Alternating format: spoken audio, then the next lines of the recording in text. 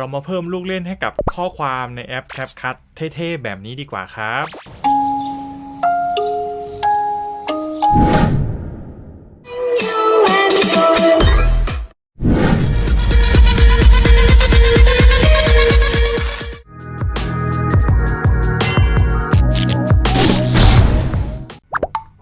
สวัสดีครับเพื่อนๆพบกับผมอีกแล้วครับกับนายต่อยักษ์ในช่อง About Boy สนมครับวันนี้อยู่กับแอป CapCut เช่นเคยครับผมมีเทคนิคง่ายๆสำหรับการทำข้อความให้มันเท่ๆนะครับเอามาให้เพื่อนๆเป็นตัวอย่าง3รูปแบบด้วยกันนะครับสำหรับวิธีการจะทำยังไงนั้นไปดูในคลิปได้เลยครับแต่ก่อนที่จะไปทำคลิปนะครับต้องขอบคุณร้าน Big Head นะครับที่ได้ส่งเสื้อสวยๆแบบนี้มาให้ผมได้ใส่ในการถ่ายคลิปนะครับถ้าเพื่อนๆสนใจไปดูที่คอมเมนต์ได้เลยครับเดี๋ยวผมทิ้งลิงก์เอาไว้นะครับครับก่อนเพื่อนๆจะไปชมคลิปนะครับฝากเพื่อนๆกดติดตามนะครับแล้วก็กดกระดิ่งไปแจ้งเตือนทั้งหมดด้วยนะครับจะได้ไม่พลาดคลิปใหม่ๆของช่อง About Boy สนมนะครับขอบคุณมากครับเรามาเริ่มกันเลยครับเข้าไปที่แอป CapCut นะครับ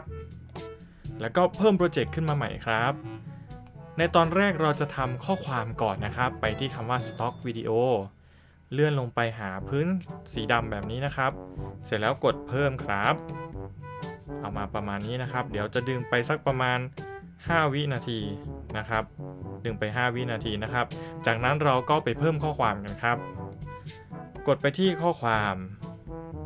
เพิ่มข้อความแล้วเราก็พิมพ์ข้อความครับข้อความแรกเราจะใส่กับธรรมชาติเราจะใช้คำว่า phrase นะครับแบบนี้นะครับแล้วเพื่อนๆเลือกไปที่คำว่าสไตล์ผมก็จะใช้ตัวหนังสือที่เป็นโมเดิร์นนะครับอันนี้ครับเสร็จแล้วเราก็ทำการขยายให้มันใหญ่ประมาณนี้นะครับเสร็จแล้วกดเครื่องหมายถูกต้องครับเราก็ดึงข้อความไปให้เต็มเลยนะครับปึ๊บประมาณนี้ก็จะได้แบบนี้เสร็จแล้วเราก็ส่งออกธรรมดาไปได้เลยครับข้อความที่1เสร็จกดเสร็จสิ้นนะครับเดี๋ยวเราไปทำข้อความที่2กดเข้าแปลนเดิมได้ครับไปเลือกข้อความครับดับเบิลคลิกเพื่อแก้ไขข้อความเดิมจะได้ไม่ต้องเปลี่ยนใหม่นะครับอันที่2ผมจะใช้เพลงฮิตนะครับเพลงนี้เลยครับเพลงนี้เนาะคุ้นๆที่อยู่ใน TikTok ใช่ไหมครับเราก็กดไปที่ภาพเคลื่อนไหวนะครับแล้วผมก็จะใช้คำว่าพิมพ์นะครับพิมพ์1แล้วก็อาจจะลดความช้าลงนิดหนึ่งตึ๊บประมาณนี้นะครับเสร็จแล้วกดที่เครื่องหมายถูกต้องนะครับทำการย่อข้อความลงนิดนึงประมาณนี้นะครับก็เต็มพอดีเนาะเสร็จแล้วเราก็ Export ไปเลยครับปุ๊บได้ข้อความที่2แล้วนะครับต่อไปเราไปทำข้อความที่3กันครับกดเสร็จสิ้นแล้วก็กดเข้าไปเหมือนเดิมครับไปเลือกข้อความแล้วก็แตะ2 ครั้งรัวๆนะครับแล้วก็แก้ไขข้อความนะครับตอนสุดท้ายเราจะใช้คำว่าโตเกียวดิฟนะครับเสร็จแล้วกดเครื่องหมายถูกต้องครับมันยังมีการเคลื่อนไหวอยู่นะครับเราก็ไปที่ภาพเคลื่อนไหวแล้วก็เลื่อนมาซ้ายสุดนะครับเลือกเป็นคำว่าไม่มีประมาณนี้เนาะเสร็จแล้วกดที่เครื่องหมายถูกต้องครับเราจะมากำหนดคีย์เฟรมให้กับข้อความนะครับขยายข้อความนิดนึงประมาณนี้นะครับแล้วก็ดึงมาประมาณนี้เราจะให้เริ่มต้นประมาณนี้สังเกตมันจะมีเส้นสีฟ้าคืออยู่กึ่งกลางพอดีนะครับเราก็ไปเพิ่มคีย์เฟรมเราก็เลื่อนไปตอนท้ายสุดเพิ่มคีย์เฟรมอีกครั้งหนึ่งแล้วเราก็ทำการลากมันเลยครับประมาณนี้แล้วก็พยายามขยับให้มันเจอเส้นสีฟ้าแบบนี้นะครับถือว่าโอเคนะครับเสร็จแล้วเราก็ลองมาดูนิดหนึ่งเนาะมันเลื่อนหรือเปล่าฟืบประมาณนี้นะครับเสร็จแล้วเราก็กด Export ออกไปได้เลยครับปึ๊บเรียบร้อยกดเสร็จสิ้นนะครับจากนั้นเดี๋ยวเราจะเอาข้อความที่เราทำเสร็จนะครับไปซ้อนวิดีโอที่เราเตรียมเอาไว้นะครับเพื่อนๆก็เพิ่มวิดีโอเข้ามาได้เลยครับเพิ่มโปรเจกต์ครับเราก็เลือกวิดีโอได้เลยครับผมจะทำ3 อันพร้อมกันเลยนะครับเสร็จแล้วกดเพิ่มครับก็จะประมาณนี้เนาะวิดีโอแรกนะครับเราก็ไปทำการแทรกข้อความที่เราทำนะครับโดยใช้คำสั่ง overlay นะครับเพิ่ม overlay จากนั้นก็ไปเลือกข้อความที่เราทำเสร็จแล้วกดเพิ่มครับเราก็ใช้2 นิ้วนะครับทำการขยายให้มันเต็มจอหรือเอาใหญ่ๆเลยก็ได้นะครับจากนั้นเราก็ไปกำหนดให้มันมีวิดีโอโผล่มาโดยไปที่คำสั่งประกบแล้วเลือกคำว่ามืดขึ้นนะครับเห็นไหมครับมีวิดีโออยู่ข้างหลังเรียบร้อยแล้วนั่นเองครับเราก็กดที่เครื่องหมายถูกต้องครับก็จะมีวิดีโอขยับอยู่ข้างหลังนะครับเราก็จะใส่คีย์เฟรมเพื่อทำให้มันวึบออกแบบนี้นะครับเราก็คลิกที่คีย์เฟรมแล้วก็เลื่อนมาอีกนิดนึงคีย์เฟรมอีกครั้งหนึ่งทำการขยายข้อความปุ๊บแบบนี้นะครับให้มันเห็นเป็นแต่วิดีโอข้างหลังนั่นเองนะครับเอามาดูครับฟึบ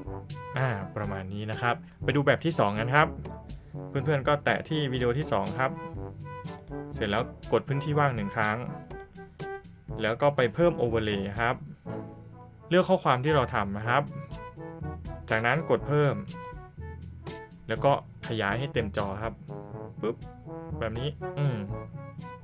จากนั้นเราก็ไปที่คำสั่งประกบเลือกคำว่ามืดขึ้นเหมือนเดิมครับเสร็จแล้วกดที่เครื่องหมายถูกต้องครับเลื่อนมาสักประมาณนี้เราจะให้มันมีการ movement ออกนะครับแล้วก็ไปที่คำสั่งแบ่งแยกนะครับคลิปข้างหลังนี้เราจะทำการคัดลอกก็กด1ครั้งเลื่อนไปทางขวาหาคำว่าคัดลอกนะครับจากนั้นเราก็กดค้างนะครับดึงลงมาข้างล่างแบบนี้ครับปึ๊บมันก็จะมีเหมือนซ้อนกันอยู่ตรงนี้นะครับจากนั้นเพื่อนๆก็คลิกที่คลิปที่เราแบ่งแยกข้างบนนะครับไปที่คำสั่ง Mark นะครับกดเลือก Mark แล้วก็เลือกแบ่งฉากก็จะได้ครึ่งบนนะครับเสร็จแล้วเราก็กดเครื่องหมายถูกต้องนะครับอันข้างล่างเหมือนกันครับกด1ครั้งแล้วเลือกคำว่า Mark คราวนี้ก็แบ่งฉากนะครับแต่คราวนี้เรากดคำว่ากลับกันข้างล่างนะครับปึ๊บมันก็อยู่แบบนี้เนาะจากนั้นเราไปกำหนดการเคลื่อนไหวให้มันเหมือนกับเลื่อนเปิดฉากออกนะครับเราก็ไปที่อันบนก่อนเนาะแล้วเลื่อนมาหาคำว่าภาพเคลื่อนไหวนะครับไปที่คำสั่งออกแล้วก็เลื่อนขึ้นนะครับฟืบ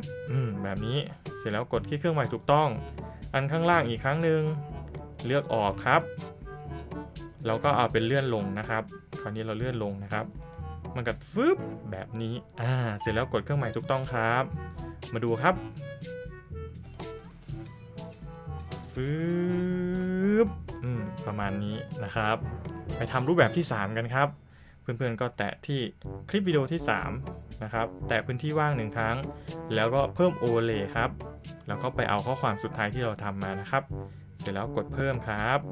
ใช้2นิ้วในการขยายให้เต็มหรือจะให้ใหญ่ๆเลยก็ได้นะครับ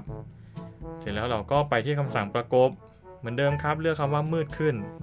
นะครับก็จะได้ลักษณะแบบนี้นะครับลองดูครับประมาณนี้แต่ว่าวิธีการออกเราจะให้มันค่อยๆจางหายแล้วก็เห็นแต่คลิปวิดีโอนะครับวิธีการเราก็ไปแตะที่ข้อความแล้วเลือกคีย์เฟรมนะครับเลื่อนมาตรงนี้แล้วก็ไปใส่คีย์เฟรมอีกครั้งหนึ่งให้เพื่อนๆเลื่อนมาหาคำว่าค่าความทึบแสงนะครับภาษาอังกฤษจะใช้คำว่า opacity นะครับก็กดเข้าไปเลย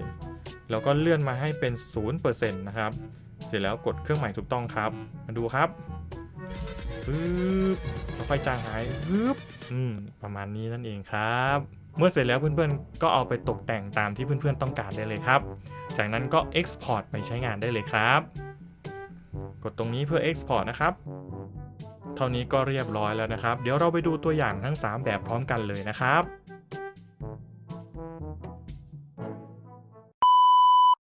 เป็นยังไงบ้างครับสำหรับการเล่นข้อความให้วิดีโอไปอยู่หลังข้อความนะครับเพื่อนๆลองเอาไปประยุกต์ใช้กับคลิปวิดีโอเปิดตัวของเพื่อนๆได้เลยนะครับ